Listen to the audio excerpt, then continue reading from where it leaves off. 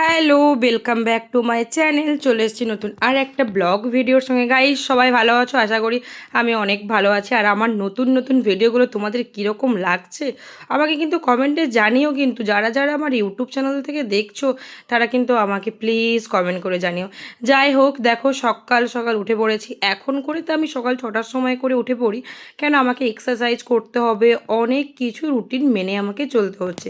তাই সকাল সকাল উঠলে না, সকাল সকাল ব্রেকফাস্ট করা, তারপরে চিয়া সিডের জল খাওয়া, স্লিম টি খাওয়া, অনেক কাজ থাকে। তাই জন্য আমি সকাল সকাল উঠে পড়ি। আর আজকের দেখো ব্রেকফাস্টে আমি বানিয়েছিলাম বাটার দিয়ে সেকে হালকা পরোটা।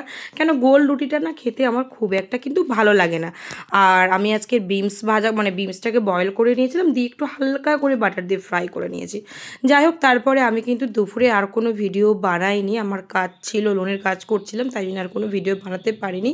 একদম সন্ধেবেলা তোমাদের সঙ্গে একটা ভিডিও শেয়ার করছি। আবার সন্ধেবেলা খাচ্ছিলাম একটু লেমন টি, যেহেতু শরীরের জন্য লেমন টিটা আমার খুবই ভালো লাগে। আর সবথেকে বড় কথা, উইথাউট মানে সুগার ছাড়াই বা চিনি ছাড়াই আমি কিন্তু লেমন টি খাই। একটু লেবু দিয়ে হালকা একটু ব্ল্যাক সল্ট দিয়ে কিন্তু এই চাটা খেতে জাস্ট দারুণ লাগে, দারুণ। তারপরে দেখো আমি রেডি হয়ে পড়েছি, জিম যাব। যেহেতু 6:30 বেজে গেছে, আমি 6:30 বা 7টার মধ্যে জিমে ঢুকি। আর এদিকে আমি একটু হাঁটাহাঁটি করে নিচ্ছিলাম, জাস্ট এটা রিলস বানাচ্ছিলাম। আর আমার চুলটা না এতটাই সুন্দর হয়ে গেছে, মানে কী করে, মানে বুঝতে পারছি না কী করে এত সুন্দর হয়ে গেলো। যাই হোক, সেটা কিন্তু আমি মেনটেন করি। তোমরা যদি জানতে চাও তাহলে কিন্তু আমাকে কমেন্ট করো, আমি কিন্তু তোমাদেরকে পরের ভিডিওতে বলে দেবো আমি কী করি চুলে মেনটেন।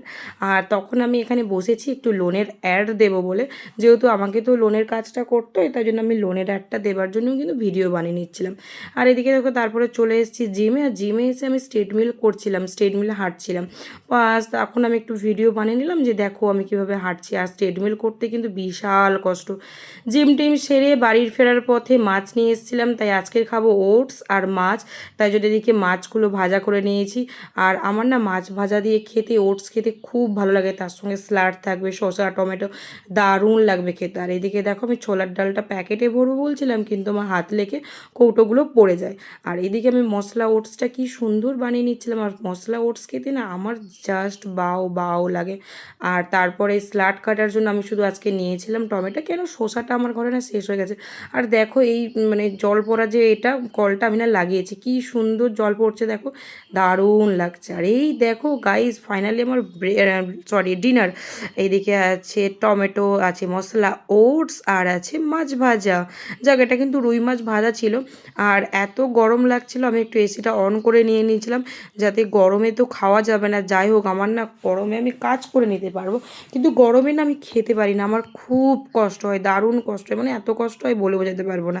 তারপরে দেখো একটু ভিডিও তোমাদের সঙ্গে শেয়ার করে নিলাম। টাটা।